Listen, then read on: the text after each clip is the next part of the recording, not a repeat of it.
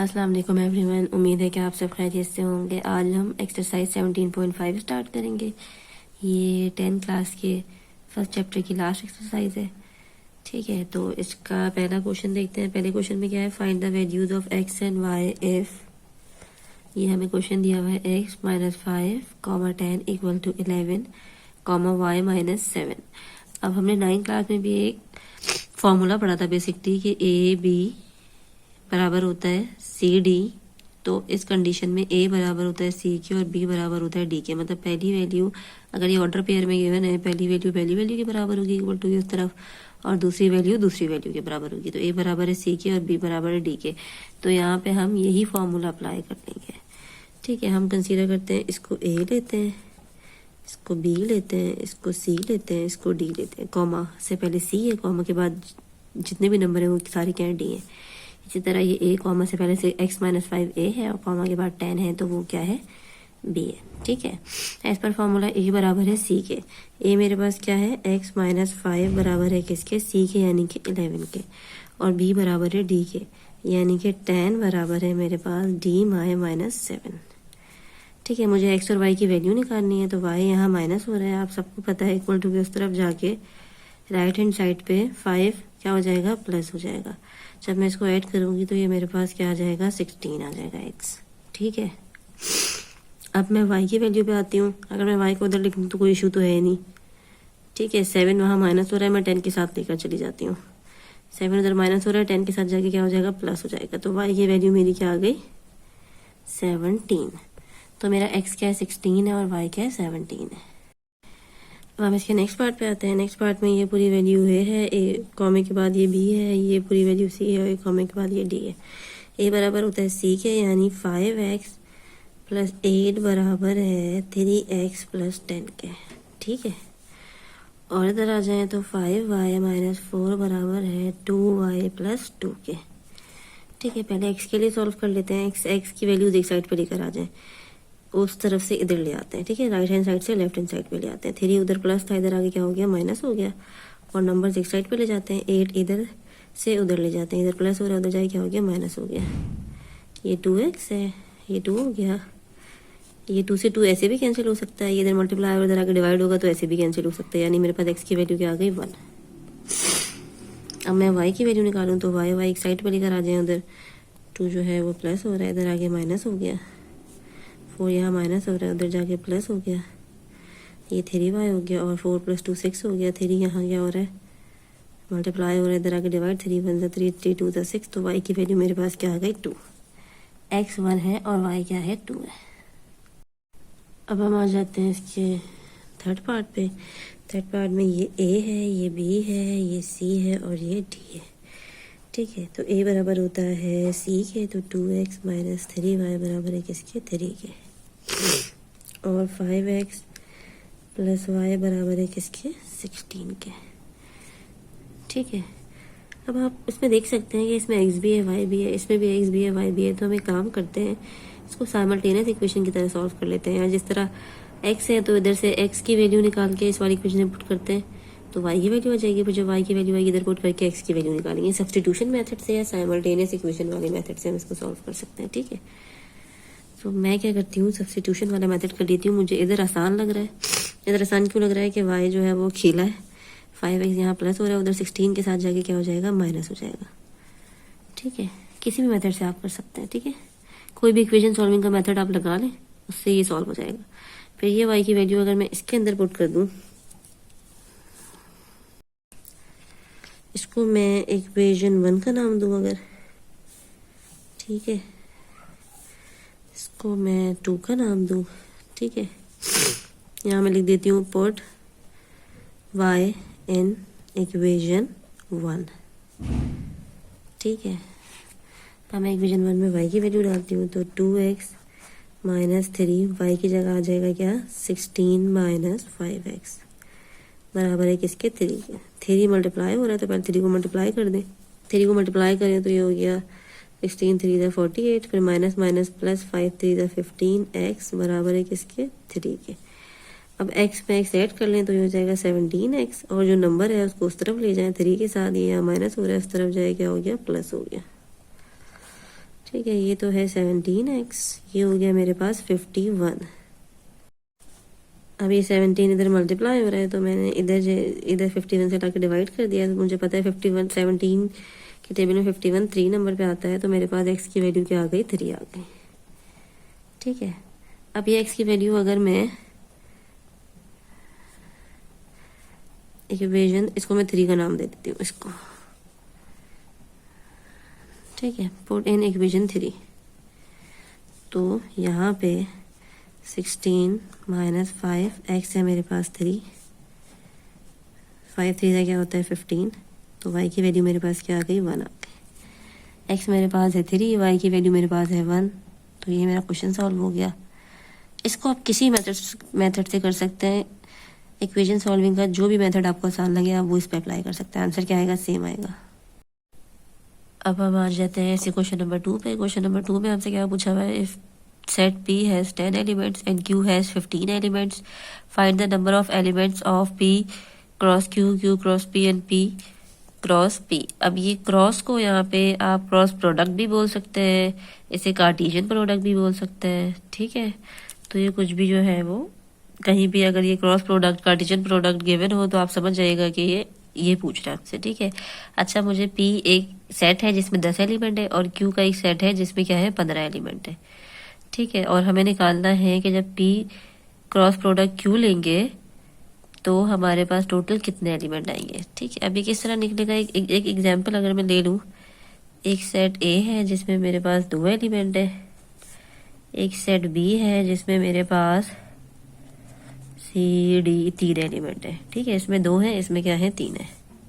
अगर मुझे A cross B निकालना है तो मुझे कुछ भी नहीं करना, सिंपल इसके एलिमेंट को इसके एलिमेंट से मल्टीप्लाई करना है, नंबर ऑफ एलिमेंट को, यानी 2 को मुझे 3 से मल्टीप्लाई करना है, तो मेरे पास आंसर क्या आ जाएगा 6। यानी अगर A क्रॉस B निकालूंगी तो इसमें कितने एलिमेंट होंगे 6। सिंपल, यही काम आपको यहाँ पे करना है। सबसे पहले मुझे निकालना है P cross Q। P cross Q क्या है, P मेरे पास है जिसमें 10 एलिमेंट है, क्रॉस Q मेरे पास क्या है 15 एलिमेंट है। क्योंकि मुझे नंबर ऑफ एलिमेंट निकालना है तो मैं इसको ऐसे लिख देती हूँ, number of element P cross Q, तो ये आ जाएगा 150। ठीक है, अब दूसरे पे आ जाते हैं, Q क्रॉस P। Q क्या है 15 है, P क्या है 10 है, number of element Q cross P, तो ये भी क्या आ गया मेरे पास 150। आखिरी हमसे क्या पूछा हुआ है, P क्रॉस P। P है मेरे पास 10 और दूसरा भी P है तो 10, तो number of element P cross P बराबर हो गया मेरे पास 100 के। ये बहुत ही आसान सा क्वेश्चन था, उम्मीद है कि आप लोग को इसमें कोई कंफ्यूजन नहीं होगी। अब हम आ जाते हैं क्वेश्चन नंबर 3 पे। क्वेश्चन नंबर 3 में हमें दिया हुआ है इफ ए का सेट दिया हुआ है 1 2, B का दिया हुआ है 2 3 और C का दिया हुआ है 1 3 5, और हमें फाइंड क्या करना है A क्रॉस B। पहले पार्ट में A क्रॉस B, अभी तो हमने नंबर ऑफ एलिमेंट निकाले थे खाली, अब देख लेते हैं कि A क्रॉस B कैसे निकलेगा। A क्रॉस B, ठीक है, या A कार्टेशियन प्रोडक्ट भी आप कुछ भी बोले, तो मैंने A का सेट लिख लिया, क्रॉस B क्या है मेरे पास 2 3। अच्छा ये कैसे करते हैं भाई, इसमें हम ऐसे करते हैं कि पहले सेट के पहले एलिमेंट को लेके दूसरे सेट के दोनों एलिमेंट से मल्टीप्लाई कर लेंगे।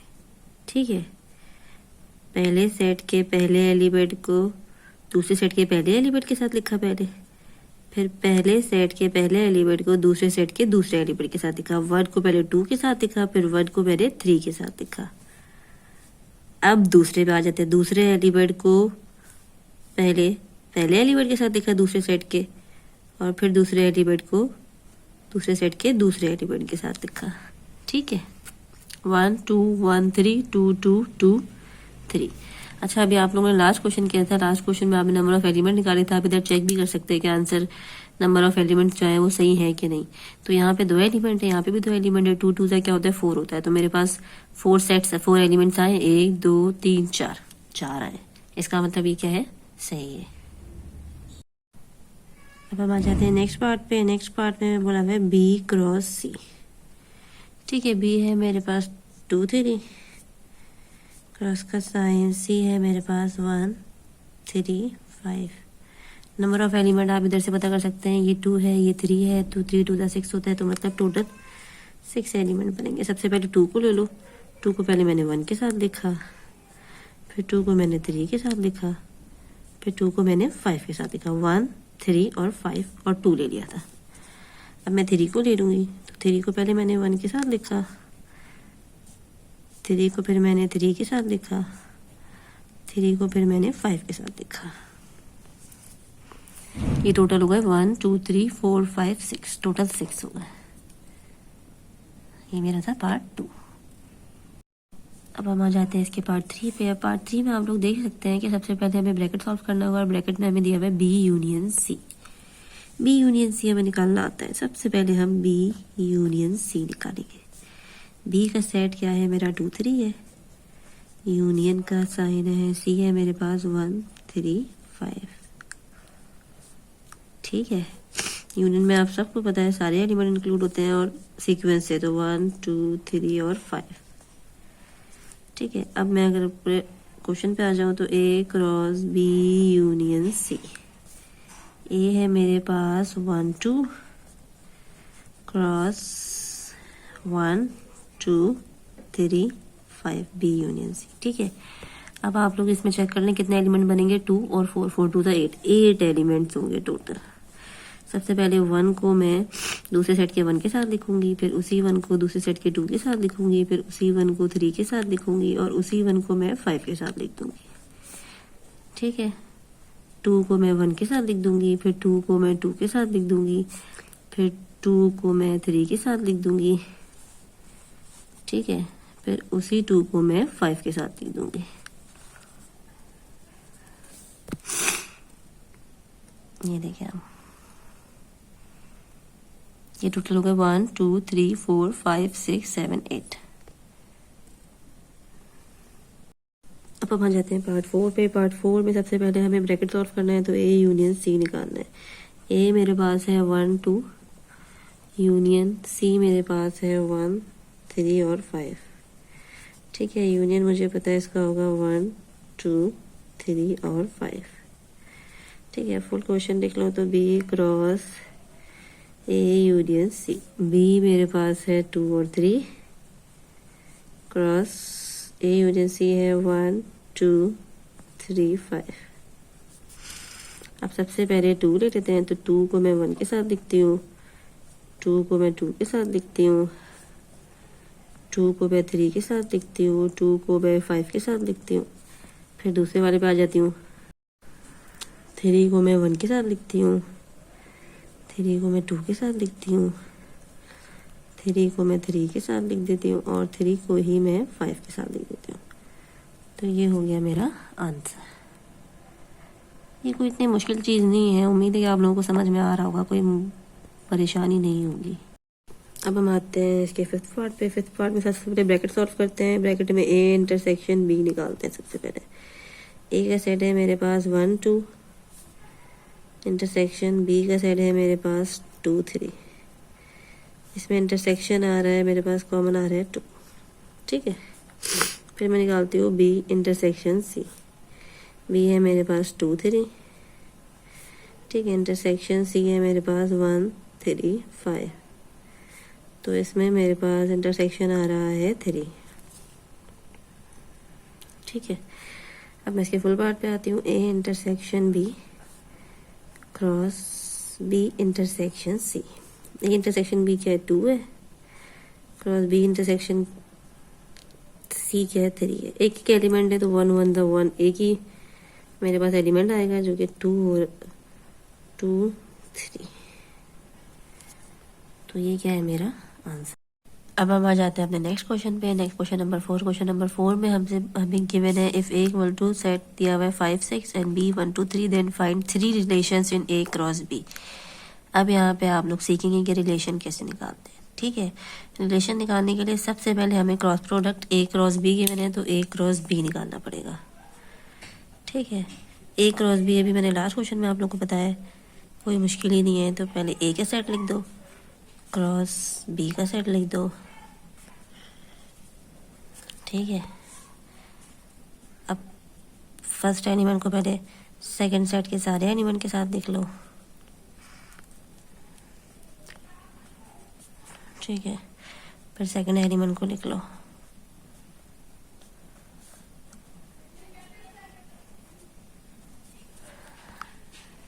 ठीक है, ये मेरा निकल गया क्रॉस प्रोडक्ट। अब मुझे निकालना है इससे रिलेशन, वो भी निकालने हैं 3 रिलेशन निकालने हैं। तो सबसे पहले मैं R1 लिख लेती हूँ। अच्छा, जिस तरह जब मैं सबसेट बनाते हैं हम, तो सबसेट में सबसे पहला सेट क्या होता है, नल सेट होता है। तो इधर भी हमें रिलेशन जो है वो सबसे पहले लिख सकती हूँ 5, यानी कि नल सेट। ठीक है, दूसरा मैं इसमें से कुछ भी उठा के यहाँ लिख लेती हूँ। मैं लेट सपोज 5 1 ले लूँ। ये क्या है, रिलेशन है। मैं 1 भी लिख सकती हूँ, मैं खाली 5 भी लिख सकती हूँ, मैं 5 1 के साथ 5 2 भी लिख सकती हूँ, 5 3 भी लिख सकती हूँ, जो मेरा दिल करे, जो आप लोग का दिल करे। बुक का जो है वो आंसर कॉपी होना ज़रूरी नहीं है। रिलेशन का मतलब यही है कि कार्टेशियन प्रोडक्ट जब आप निकालें या क्रॉस प्रोडक्ट जब आप निकालें, तो उसमें से कोई सा भी एलिमेंट उठा के उस सेट में लिख दें तो वो क्या होगा, उसका रिलेशन होगा। ये मेरा क्या था, एक रिलेशन हो गया। अब मैं दूसरा निकालूं। दूसरे में मैं 5 1 भी रिपीट कर सकती हूँ, मर्जी, टोटली डिपेंड ऑन मी। 2 भी ले सकती हूँ, 3 भी ले सकती हूँ, 4 भी ले सकती हूँ। तो मैंने यहाँ 2 ले लिए दोबारा। ठीक है, 2 एलिमेंट। अब मैं आती हूँ 3 पे। तो मैंने इधर 5 3 रिपीट भी कर दिया ताकि आप लोगों को कोई कन्फ्यूजन ना हो। फिर वहाँ ऊपर से मैंने 6 1 ले लिया और 6 2 ले लिया। ठीक है, तो ये मेरे क्या होगा, 3 रिलेशन होगा A क्रॉस B के।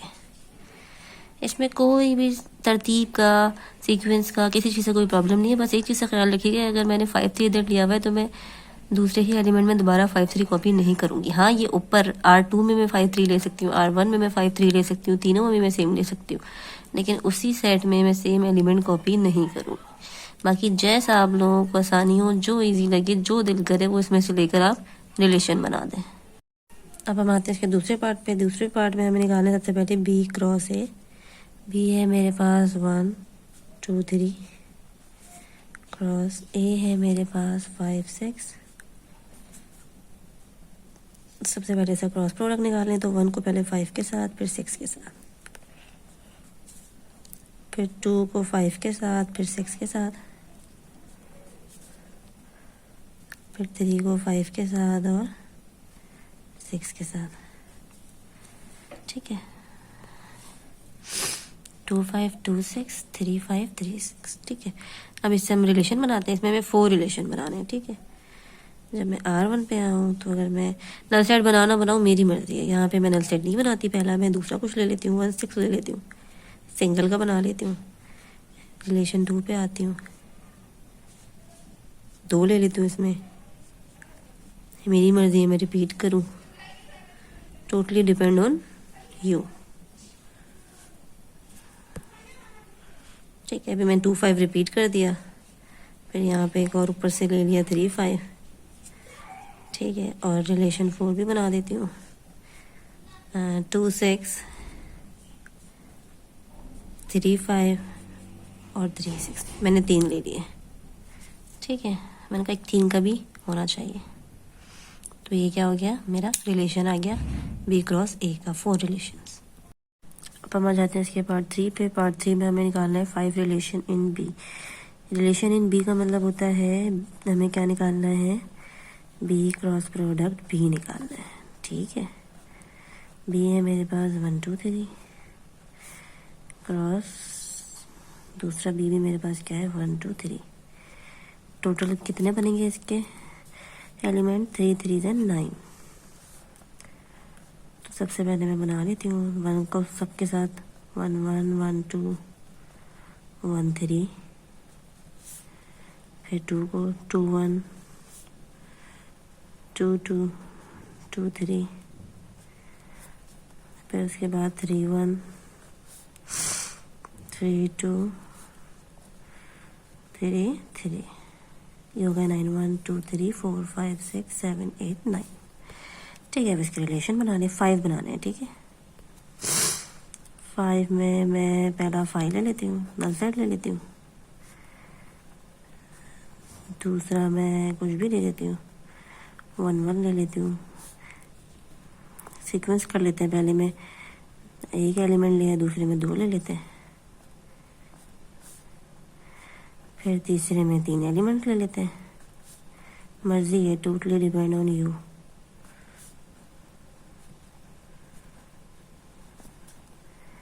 ठीक है, ये कर्ली ब्रैकेट है।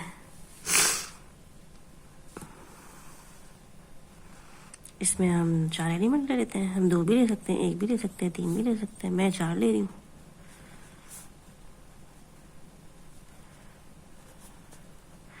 मुझे 5 रिलेशन बनाने थे, तो ये मेरा क्या है, लास्ट है।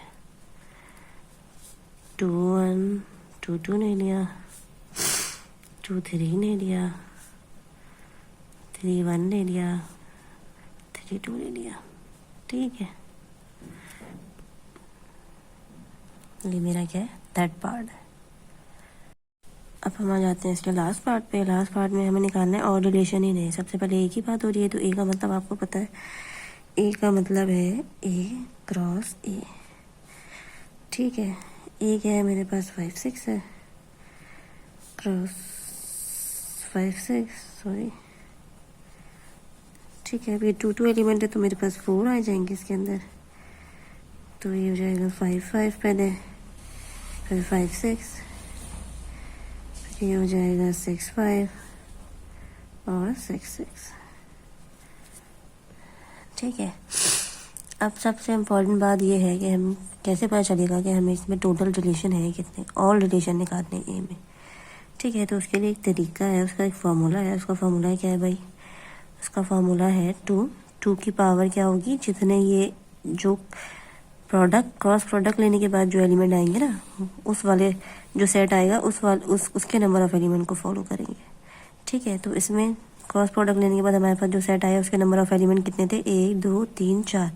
तो 2 की पावर क्या होगी, 4 होगी। 2 की पावर 4 क्या होती है, 16। तो इससे हमें पता चल गया है कि इसमें टोटल कितने रिलेशन बन सकते हैं, 16 रिलेशन बन सकते हैं, 16 रिलेशन बन सकते हैं। ठीक है, तो अब हम इसकी 16 रिलेशन बना लेते हैं अपनी मर्जी से। सिंपल सिंपल बनाएंगे, ताकि सबसे पहले तो 5 ले लेती हूँ।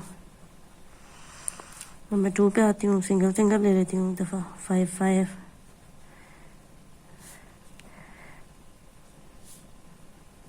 3 में मैं 5 6 ले लेती हूँ,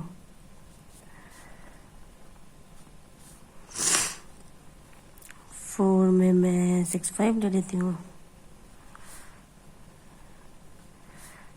5 में मैंने ले लिया 6 6। सिंगल के मैंने इतने ज़्यादा बना दिया, मैं डबल पे आ जाती हूँ। 8 6 हो गया, कोई भी एक उठाओ और दूसरा उसके साथ।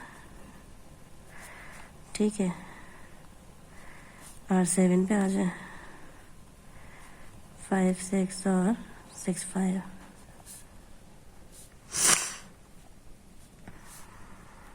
8 6 5 और 6 6।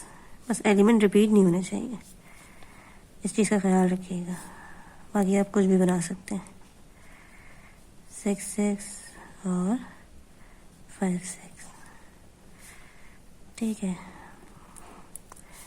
10 बनाने, 10 में एक 5 ले लें, एक हम ले लेते हैं 6 5। मैं छोटे छोटे बना रही हूँ, आपकी मर्ज़ी, आप 3 3 एलिमेंट के बना लें, 4 4 एलिमेंट के बना लें। अब मैं 5 और 6 6 ले लेती हूँ। अब मैं ले लेती हूँ 5 और 5 6।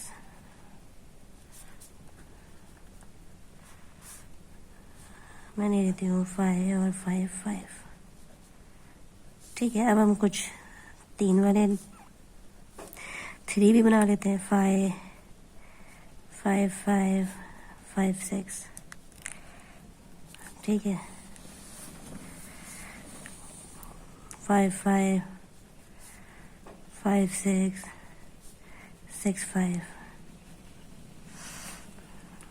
और ये लास्ट हो गया हमारे पास 5 6 6 5 और 6 6। ठीक है, तो जो आपको इजी लगे आप उस तरीके से इसके एक्सप्रेशन बना सकते हैं। यहाँ पे हम अपनी ये वीडियो एड करते हैं। नेक्स्ट क्वेश्चन जो है वो हम नेक्स्ट वीडियो पर डिस्कस करेंगे। अगर आप लोगों को इसमें कोई कन्फ्यूजन हो तो आप लोग कमेंट सेक्शन में पूछ सकते हैं। साथ ही लाइक करें, शेयर करें, सब्सक्राइब करें और बेल आइकन को प्रेस करें ताकि नेक्स्ट आने वाली वीडियोज़ आपको सबसे पहले पहुँच सके। Thank you. अल्लाह हाफ़िज़।